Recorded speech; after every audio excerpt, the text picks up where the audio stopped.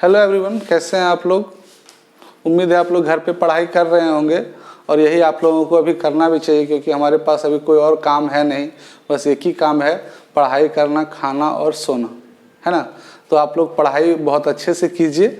और आज हम लोग पढ़ेंगे मैथ में इन्वर्स ट्रिगोनोमेट्रिक फंक्शन के बारे में, प्रतिलोम त्रिकोणमितीय फलन के बारे में। तो क्लास 11th में इतना आइडिया हमको लग चुका है कि ट्रिगोनोमेट्रिक फंक्शन क्या होता है और एक फंक्शन क्या होता है और एक ट्रिगोनोमेट्रिक फंक्शन क्या होता है, ये दोनों चीज़ें हम लोग पढ़ चुके थे। फंक्शन का कुछ पार्ट जो है डिस्क्रिप्शन से हम लोग 12 में भी पढ़े थे। तो 11th और 12 दोनों क्लास में हम लोगों ने जो है फंक्शन के बारे में पढ़ा है। तो एक फंक्शन क्या होता है, इसका आइडिया हम लोगों को अच्छे से है। तो सबसे पहले आइए देखते हैं कि एक इन्वर्स फंक्शन क्या होता है, एक फंक्शन का इन्वर्स क्या होता है, यानी एक प्रतिलोम फलन क्या होता है। तो यदि कोई फंक्शन f है जो कि a से b में है, ठीक है, कोई फंक्शन a to b है, such that fx equals to क्या है, y है। ये कैसा है फंक्शन, इसमें कि x हम डालते हैं इनपुट, तो आउटपुट क्या आता है, y, यानी डोमेन। इसके लिए डोमेन क्या है, x, रेंज क्या है, y, ठीक है। डोमेन रेंज का आइडिया आप लोगों को अच्छे से है। तो एक फंक्शन f है जो कि a से b में है, इस तरह से कि fx इक्वल्स टू y है, और एक दूसरा फंक्शन g है इस तरह से कि ये b से a में है। एक फंक्शन f है जो a से b में है, दूसरा फंक्शन g है जो कि b से a में है, इस तरह से कि gy इक्वल्स टू क्या है, x है। तो हम कहेंगे then we can say that g is inverse of f, g is inverse of f। तो यानी इन्वर्स का मतलब क्या हुआ कि उल्टा, यदि कोई मतलब फंक्शन f है और उसमें 2 डालते हैं हम, आउटपुट हमारा 4 आता है, तो उस फंक्शन में g फंक्शन में अगर 4 डालेंगे तो आउटपुट क्या आएगा, 2 आएगा, ठीक है। तो यदि कोई फंक्शन f है तो अगर इसका f g जो है f का अगर इन्वर्स है, तो f में अगर 2 डालने के बाद 4 आता है, तो g में अगर हम 4 डालेंगे तो आउटपुट हमारा क्या आएगा, 2 आएगा। तो इन्वर्स का मतलब आप लोग समझ गए होंगे। तो इन्वर्स डोमेन रेंज के बारे में तो आपको पता है अच्छे से।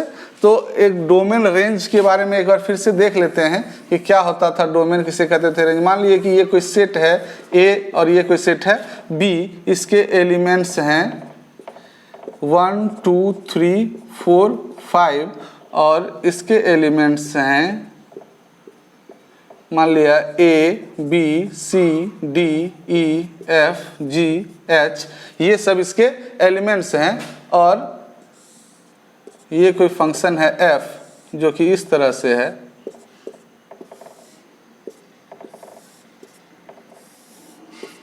इस तरह से है। तो सेट A के सारे एलिमेंट्स को क्या कहा जाता है, डोमेन। सेट A इज क्या है, डोमेन, ठीक है। सेट B के सारे एलिमेंट्स को क्या कहा जाता है, कोडोमेन।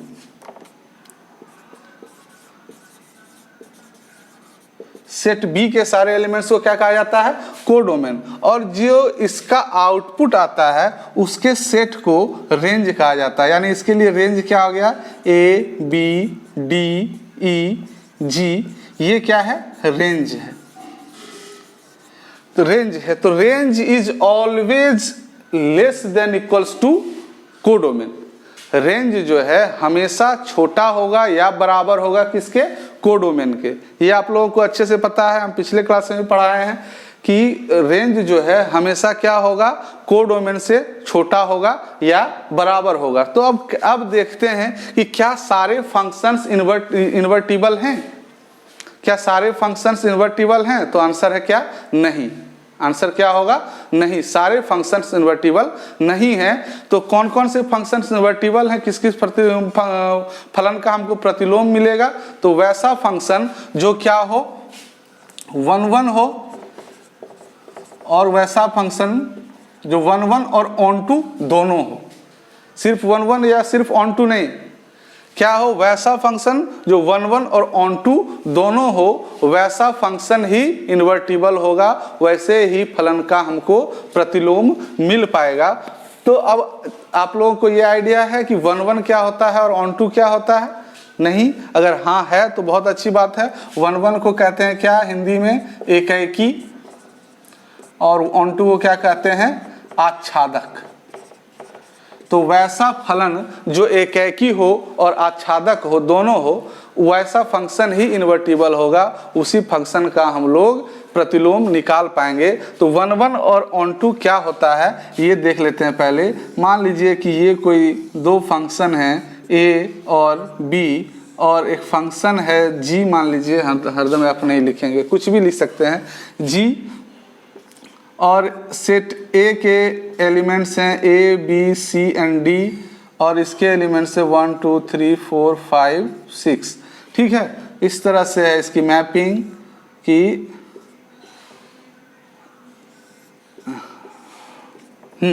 इस तरह से मैपिंग है।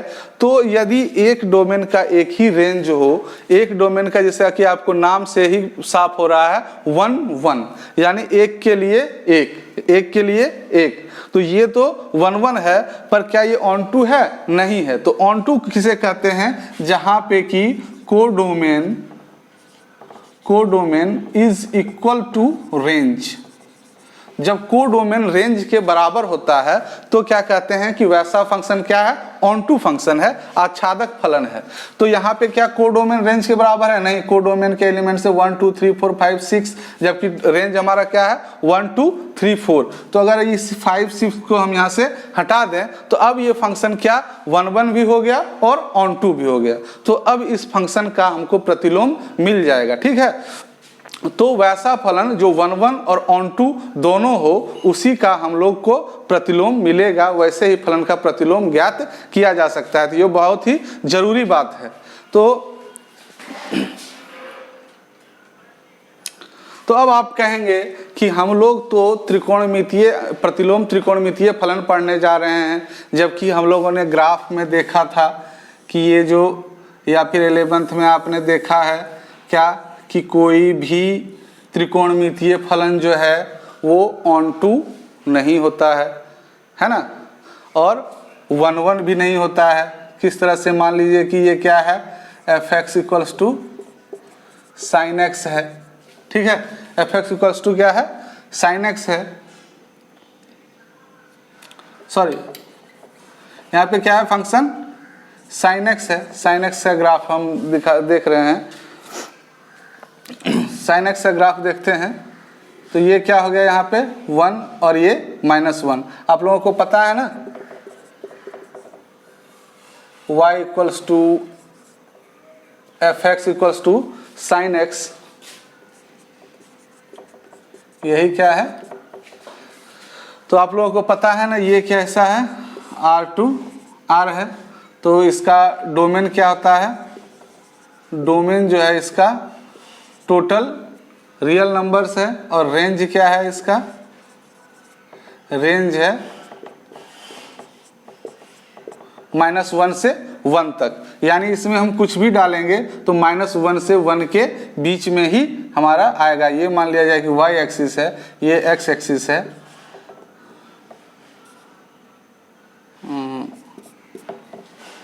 तो किस तरह से होता था?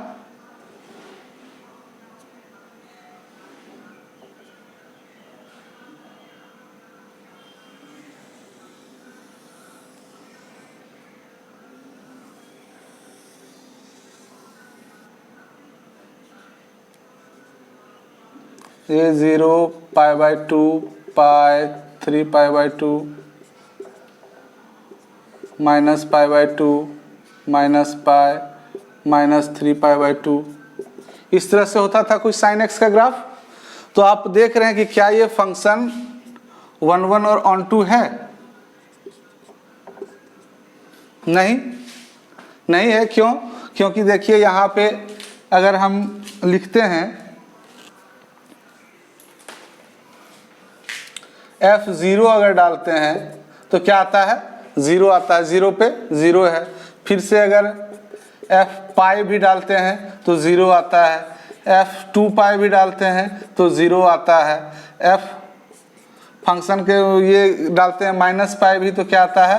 0 आता है। यानी क्या जीरो वैल्यू के लिए जो भी डालते हैं इधर, जीरो डालें, पाई डालें, 2 पाई डालें, माइनस पाई डालें, तो क्या हो रहा है फंक्शन जीरो, ये रेंज हमारा क्या है जीरो ही आ रहा है। तो क्या ये 1 1 हुआ? नहीं हुआ। तब हम कैसे निकालेंगे इसका प्रतिलोम? तब कैसे होगा ये, पर इसका इन्वर्स कैसे निकालेंगे? तो इसके लिए क्या करते हैं हम, ये अब इन्वर्टिबल नहीं है, साइन एक्स अभी इन्वर्टिबल नहीं है, तो क्या करते हैं इसको हम कि इसको बाउंड कर देते हैं, इसको बांध देते हैं कि वो फंक्शन कहाँ पे जो है 1 1 और ऑन टू दोनों है। तो यदि हम देखते हैं इसको क्या कि -π/2 से π/2 के बीच है ना, यहाँ से यहाँ तक जो है, यहाँ से यहाँ तक ये फंक्शन क्या है इन्वर्टिबल है। यहाँ से यहाँ तक फंक्शन क्या है 1 1 भी है, ऑन टू भी है, क्योंकि यहाँ से आप कुछ भी डालेंगे तो डिफरेंट आएगा आपको रेंज। देख रहे हैं ना, यहाँ पे आप कुछ भी डालें -π/2 से इधर घटते जाएं और -π/2 की तरफ आए, तो देखेंगे आपको अलग अलग डोमेन के लिए अलग अलग रेंज मिलेगा। तो यहाँ पे जो है ये फंक्शन साइन एक्स, यहाँ पे ये 1 1 भी है और ऑन टू भी है। तो अगर हम इसको यहाँ से यहाँ तक बाउंड कर दें तो क्या हो जाएगा, ये फंक्शन 1 1 और ऑन टू दोनों हो जाएगा। ठीक है, इसी तरह से हम देखते हैं cos x को, तो cos x भी क्या है 1 1 और ऑन टू नहीं है, पर यदि हम इसको बाउंड कर देते हैं तब ये क्या हो जाएगा 1 1 और ऑन टू दोनों हो जाएगा।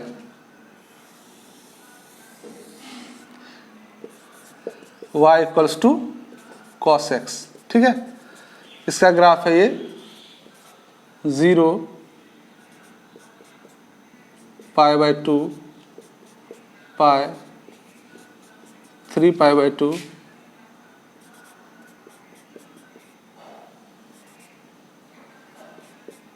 ठीक है।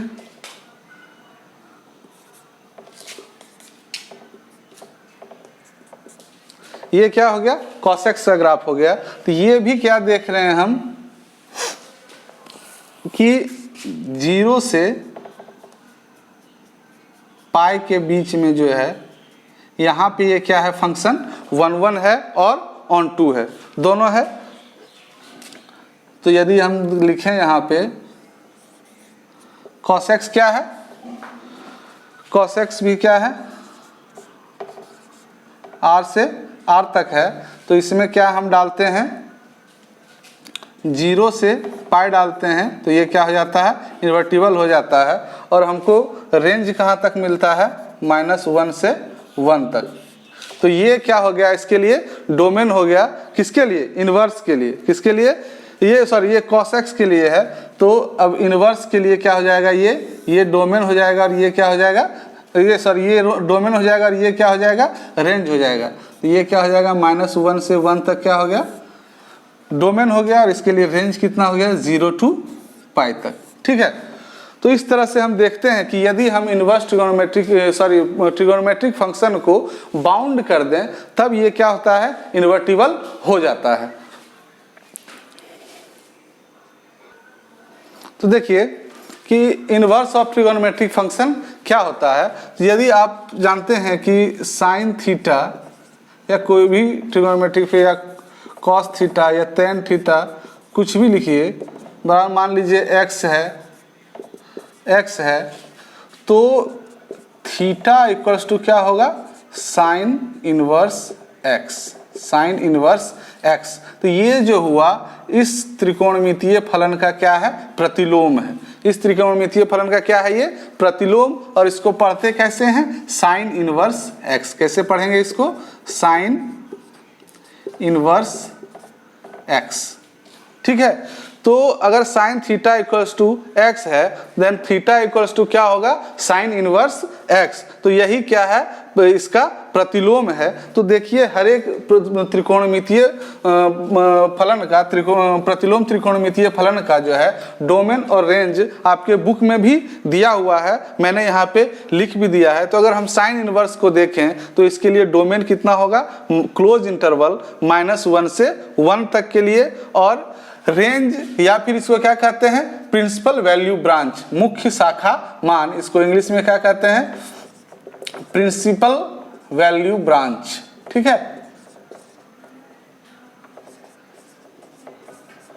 ये क्या है, प्रिंसिपल वैल्यू ब्रांच, वो क्या है -π/2 से π/2 के बीच है। यानी कि कोई भी साइन इनवर्स का कोई भी रेंज आए वो इसका जो है एलिमेंट होगा, इससे बाहर नहीं होगा, वो -π/2 से π/2 के क्लोज बीच ही होगा। इसीलिए इसको क्लोज इंटरवल देने का क्या मतलब होता है, क्लोज इंटरवल, ओपन इंटरवल, ये सब आप लोग को पूरा पढ़ना क्लियर है। यानी कि -π/2 से π/2 के बीच होगा इसका रेंज साइन इनवर्स का। इसी तरह हम कॉस इनवर्स को देखें तो कॉस इनवर्स के लिए भी डोमेन क्या है, -1 से 1 के बीच है और इसका रेंज क्या है, 0 से पाई के बीच है।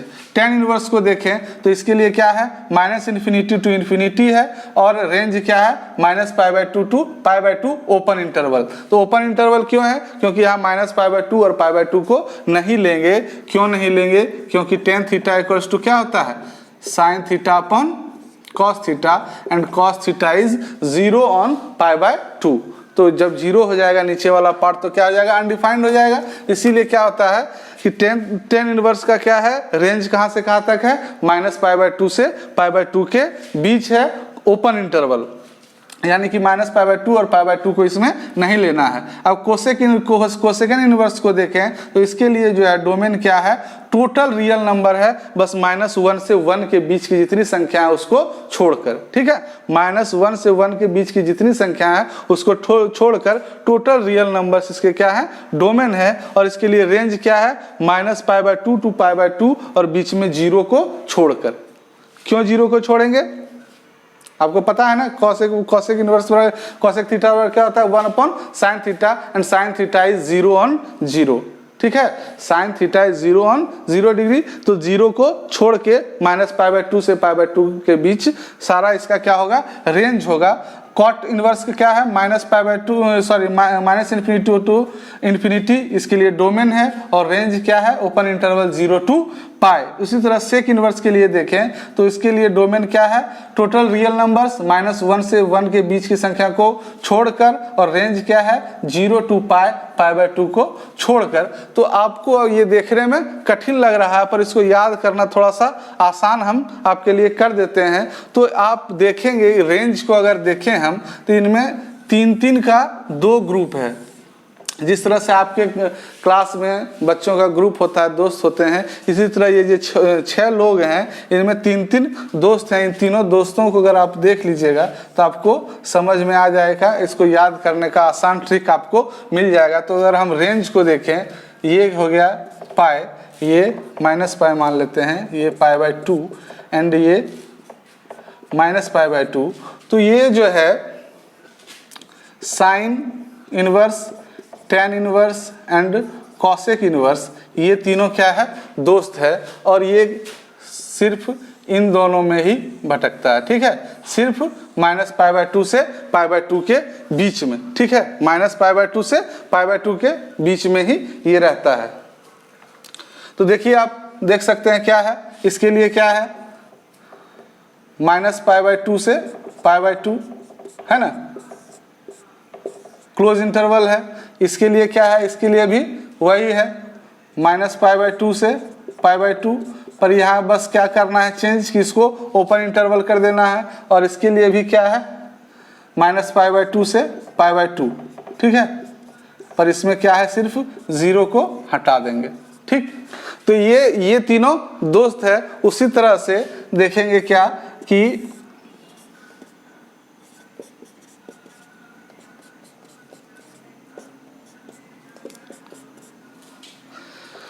बाकी जो 3 बचे हमारे, कॉसेक, कॉट और सेक, ये तीनों दोस्त हैं और ये कहाँ से कहाँ तक, यहाँ से यहाँ तक सिर्फ जाते हैं, यहाँ से यहाँ तक जाते हैं, ठीक है। तो ये क्या हो गया, कॉस इनवर्स, सेक इनवर्स और कॉट इनवर्स, ये तीनों दोस्त हैं। तो इसका भी आप देख लीजिए, कॉस इनवर्स क्या है, 0 to π है, कॉस इनवर्स क्या है, 0 to π है, क्लोज इंटरवल। उसी तरह हम देखें कॉट को तो ये भी क्या है, 0 to π है, बस यहाँ क्या है, ओपन इंटरवल। उसी तरह सेक इनवर्स को देखें तो ये भी क्या है, 0 to π है, बस बीच में π/2 को छोड़कर। तो इस तरह से अगर हम ग्रुप में डिवाइड कर लेते हैं तो इसके रेंज को जो है, प्रिंसिपल वैल्यू ब्रांच को याद करना हमारे लिए बहुत ही ईजी हो जाएगा। उसी तरह जिस तरह से आपका बहुत ही आपके लिए आसान हो जाएगा। अब क्या देखते हैं, अब हम लोग देखते हैं ग्राफिकल कनेक्शन को देखते हैं। ग्राफिकल कनेक्शन किस तरह से है ट्रिगोनोमेट्रिक फंक्शन और इन्वर्स ट्रिगोनोमेट्रिक फंक्शन के बीच। तो सबसे पहले हम लोग y equals to sine X लेते हैं। y इक्वल्स टू क्या है, साइन एक्स लेते हैं। तो देखते हैं कि इसका ग्राफ क्या है। ये मान लिया जाए क्या है आपका साइन एक्स कहाँ से कहाँ तक है 1 1 and 2 π/2 से -π/2 के बीच, ठीक है। और इसका रेंज कहाँ तक है -1 से 1 के बीच। तो इसका किस तरह से ग्राफ होगा इसके बीच, तो ये मान लीजिए आपका क्या है, इस तरह से ग्राफ होगा, ठीक है। साइन एक्स का ग्राफ -π/2 से π/2 के बीच किस तरह से होगा, इस तरह से होगा। तो अगर हम साइन इनवर्स का लें, साइन इनवर्स का अगर हम खींचे ग्राफ, तो वो किस तरह से हो जाए, जस्ट इसका क्या हो जाता है मिरर इमेज हो जाता है, ठीक है। इसमें क्या करना है, सिर्फ हमको इसके वर्टिसेस को क्या करना है, चेंज कर देना है। यानी इसके लिए जो एक्स एक्सिस पे है वो इसके वाई एक्सिस पे आ जाएगा, जो इसके वाई एक्सिस पे है वो इसके एक्स एक्सिस पे आ जाएगा। तो कर देते हैं, ये यहाँ पे क्या है, क्योंकि इसके लिए जो डोमेन है वो इसके लिए क्या है, रेंज है, और जो इसके लिए रेंज है वो इसके लिए क्या है, डोमेन है। इसीलिए हम लोग क्या करते हैं, यहाँ पे क्या कर दें हम लोग π/2 से यहाँ पे 1 से -1, और ये क्या है π/2 से -π/2। और जस्ट इसका हम लोग क्या करते हैं कि इसका मिरर इमेज अगर बना दें तो ये क्या हमको ग्राफ इसका मिल जाता है, ठीक है। तो ये क्या हो गया, इसका मिरर इमेज हो गया, किसका, इस ग्राफ का मिरर इमेज ये हो गया। तो इस तरह से अगर हम यहाँ पे एक आईना रख देते तो क्या इसका ये मिरर इमेज नहीं लग रहा है, लग रहा है ना। तो हर एक ट्रिगोनोमेट्रिक फंक्शन का ग्राफिकल कनेक्शन इस तरह से आपके लिए होमवर्क है कि आपको निकाल के हमको भेजना है। हर एक इन्वर्स ट्रिगोनोमेट्रिक फंक्शन का ग्राफ आपको बना के हमको भेजना है। तो हम आपके लिए साइन एक्स का ग्राफ कर दिए हैं, आप इसका फंडा समझ गए हैं कि किस तरह से ये हर एक जो है फंक्शन का मिरर इमेज होगा उसका इन्वर्स फंक्शन, ठीक है। इस तो उसके लिए ग्राफिकल कनेक्शन किस तरह से दोनों के बीच में ये आप समझ गए हैं। तो आपको सभी 6 ट्रिगोनोमेट्रिक फंक्शन का ग्राफ आपको बना के हमको सेंड करना है व्हाट्सएप पे। तो देखिए अब कुछ हम लोग सवाल करते हैं कि how to find the range of an inverse trigonometric function. तो एक इन्वर्स ट्रिगोनोमेट्रिक फंक्शन का रेंज किस तरह से प्राप्त किया जाता है, किस तरह से उसका कहेगा कि आपको कि मुख्य शाखा मान निकालिए, रेंज निकालिए, तो आप किस तरह से निकालेंगे। तो कुछ सवाल हमारे पास है जिसको कि हम सॉल्व करेंगे और इसी से हम सीख भी जाएंगे कि किस तरह से हम निकालते हैं। सबसे पहला सवाल है, क्वेश्चन नंबर 1 हमारे पास क्या है कि साइन इनवर्स √3/2, ठीक है। तो ये क्या है, साइन इनवर्स √3/2 इक्वल्स टू क्या लिख देंगे, थीटा, यानी क्या हो जाएगा साइन थीटा इक्वल्स टू क्या हो जाएगा √3/2। तो √3/2 किसका वैल्यू होता है, साइन 60 डिग्री का, यानी किसका π/3 का। तो देख लेंगे कि अब क्या है, आपने सबसे इससे पहले मैंने आपसे क्या कहा था कि कोई भी रेंज आएगा वो प्रिंसिपल वैल्यू ब्रांच का एलिमेंट होना चाहिए, यानी इस सेट का एलिमेंट वो होना चाहिए। ये देख लेंगे, अगर नहीं होगा तो उसमें क्या करेंगे, प्लस माइनस करेंगे पाई से कुछ, तो उसको किसी भी हाल में इसके अंदर हमको लाना है, ठीक है। यही आप दिमाग में रखिए। तो क्या है कि इसका रेंज कहाँ से कहाँ तक है, -π/2 से π/2 के बीच है। क्या π/3 इसके बीच है, हाँ है। तो क्या लिख देंगे इसको इस तरह से भी लिख सकते हैं कि -π/2 से π/2, ये क्या है, इसका एलिमेंट है, और यही इसका क्या आ गया, रेंज आ गया। यही आंसर है क्या, π/3। अब दूसरा सवाल क्या है अपने पास कि साइन इनवर्स -√3/2, ठीक है। क्या है, साइन इनवर्स -√3/2। तो इतना बराबर क्या लिख देंगे, पहले थीटा। तो क्या हो जाएगा, ये साइन थीटा इक्वल्स टू क्या हो जाएगा, -√3/2, यानी क्या -π/3। क्या -π/3 इसके बीच है, -π/2 से π/2 के बीच, हाँ है, नो डाउट। तो इसको भी क्या लिख देंगे, yes. -π/3 is an element of this set and यही इसका क्या हो गया, आपका रेंज हो गया। अब देखते हैं अगला सवाल अपने पास क्या है। देखिए अगला सवाल क्या है अपने पास क्वेश्चन नंबर 3 में, cos इनवर्स -1/√2। तो क्या होगा, इतना बराबर क्या लिख देंगे, थीटा, यानी क्या हो जाएगा, cos थीटा इक्वल्स टू -1/√2, यानी कितना आ गया ये, -π/4। तो क्या -π/4 एलिमेंट है 0 से π का? तो आप कहेंगे नहीं, नहीं है। नहीं है तो क्या करना होगा, इसमें क्या हम कर देंगे कि थीटा इक्वल्स टू क्या हो जाएगा, π-π/4। क्या हो जाएगा, π-π/4। ये क्या जाएगा आपका 3π/4। तो अब ये क्या एलिमेंट है इसका 0 से π के बीच, तो हाँ है। तो थीटा इक्वल्स टू कितना हो गया, 3π/4। ये इसका आंसर हो गया। इसी तरह से ढेर सारे सवाल अभी हमको करने हैं। तो आज के वीडियो में बस इतना ही। अब जो है अगले दिन आपको फिर वीडियो डालेंगे। इसी बीच आप क्या करेंगे कि अपने किताब को ढंग से पढ़ेंगे। केसी सिन्हा की किताब को, एनसीईआरटी की किताब को आप ढंग से पढ़िए। इतना आइडिया में आपसे जितना सवाल बन पाता है 2, 4, 5, 10 उतना कीजिए। फिर अगले वीडियो में हम इसको पूरा कंप्लीट कर देंगे, क्योंकि इसमें बस एक ही एक्सरसाइज है, ज़्यादा हम लोग को नहीं करना है इसमें। और इसमें जो ग्राफ वगैरह का सवाल नहीं आता है एग्जाम में, इसीलिए ग्राफ वगैरह को उतना डीप से हम नहीं पढ़ाए। फिर भी आपको जो होमवर्क मिला है ग्राफ बना के भेजना है, और फिर इससे जितना सवाल आपको इतने कंसेप्ट से हो पाता है, 2 हो जाए, 4 हो जाए, 10 हो जाए, 20 हो जाए, जितना हो पाए उतना आपको करके भेजना है। बाकी हम अगले वीडियो में आपको फिर से डालेंगे। आज के लिए धन्यवाद।